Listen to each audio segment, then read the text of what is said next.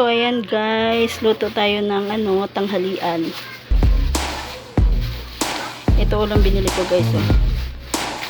Kamansi. Dalawa lang binili ko kasi mahal.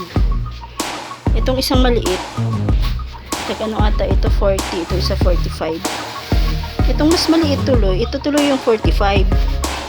Ito yung 40. Yung mas malaki ito. Siguro dahil ito kay bata pa to. Ito medyo kurang na siya. Ayan. Matigas na siguro buto nito. Tapos, ito yung hahalo ko dyan guys. Daing. May nagbigay kasi sa akin ng daing. 5 piraso to. 2 na lang natira. Ayan. Hindi ko alam ng tawag nitong daing na to. Pero basta daing siya. Babad ko muna to siya sa tubig. Ayan. Babad ko muna sa tubig para mabawasan yung alat niya. Tapos mamaya, siguro mga 1 hour. Tapos saka ko siya iprito. Sobrang alat kasi pag hindi mo na siya ibababad sa tubig. Ang mahal ng gata dito guys. Ito 45. 2 piga na to. Isang lang to, isang tinitimbang nila to eh. Ito 1/4 ata ito. So, yung 1/4, 2 piga na siya. Ito puro. Siguro mga isang baso lang to. Ito yung pangalawang piga niya. Kunti lang. Mga 2 baso din, isa't kalahati siguro.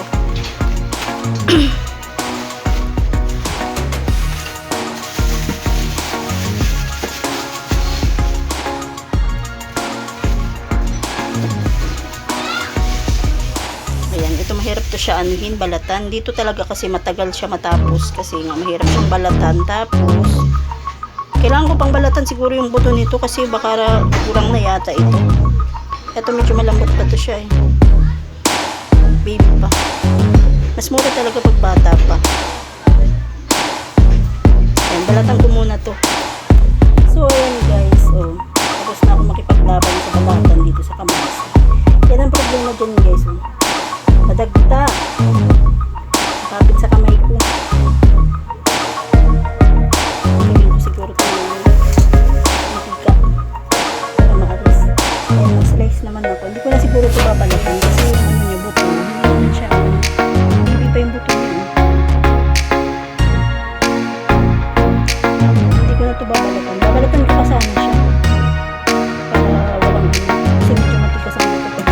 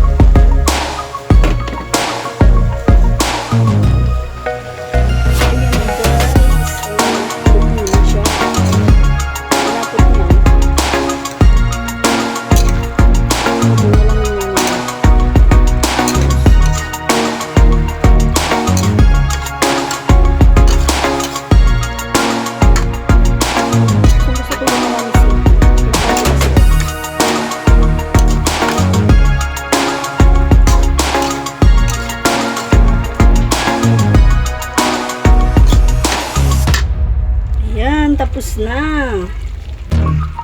Tigas pa yung sili. Sarap. Kainan na.